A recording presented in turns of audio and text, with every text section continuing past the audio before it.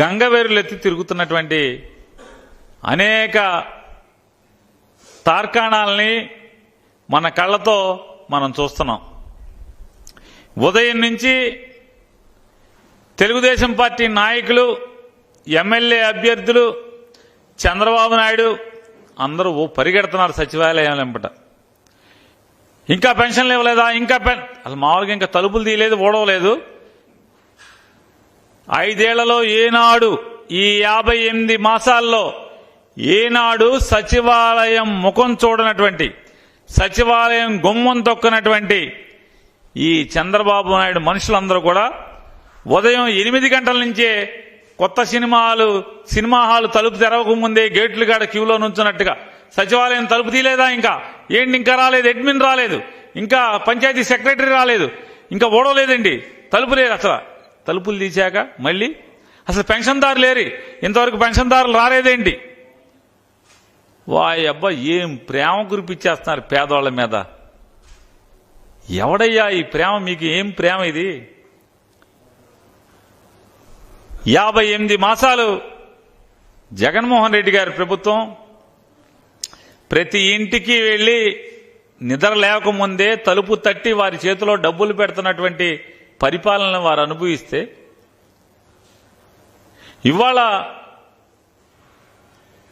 జగన్మోహన్ రెడ్డి గారు పేదవాళ్ళకి పెన్షన్లు ఆపేశాడు. ఆపినోడు ఎవడు? 1వ తారీఖు కాకపోతే 2వ తారీఖు, 2వ తారీఖు కాకపోతే 3వ తారీఖు ఆపినోడు ఎవడు?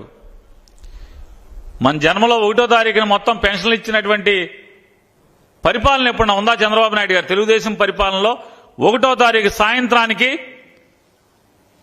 కనీసం 50% పెన్షన్లు పంచిపెట్టినట్టు చరిత్ర మీ దగ్గర ఎక్కడన్నా ఉందా? 58 మాసాలు నెలలో మొదటి రోజున ప్రతి నెల టంచనగా మొదటి తారీఖున 95% మందికి పెన్షన్లో డిస్బర్స్మెంట్ చేసినటువంటి ఘన చరిత్ర జగన్మోహన్ రెడ్డి గారి ప్రభుత్వాన్ని.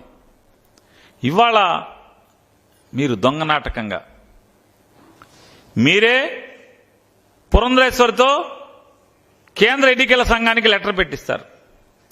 మీరే మీ తెలుగుదేశం పార్టీ నాయకులతో ఎన్నికల కమిషన్కి వాలంటీర్ల వ్యవస్థను ఆపేయండి, పెన్షన్లు అనే వాలంటీర్ వ్యవస్థ ద్వారా ఇవ్వకూడదని పిటిషన్లు పెడతారు. మీరే ఎల్లో ఎలక్షన్ వాచ్ అనేటువంటి ఒక సంస్థని ఏర్పాటు చేసి వాళ్ళందరూ ఎవరాళ్ళు? మీ శ్రేయోభిలాషులు, నువ్వు చల్లగా బాగుండాలని, నువ్వు బాగున్నప్పుడు, నువ్వు పచ్చగా ఉన్నప్పుడు వాళ్ళు కూడా పచ్చగా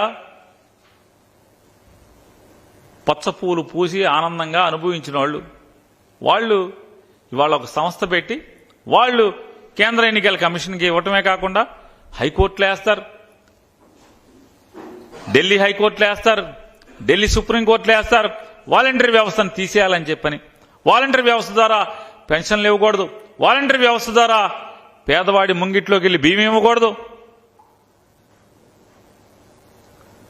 ఇవాళ పేదవాళ్ల మీద జాలి, ప్రేమ, భయం, వణుకు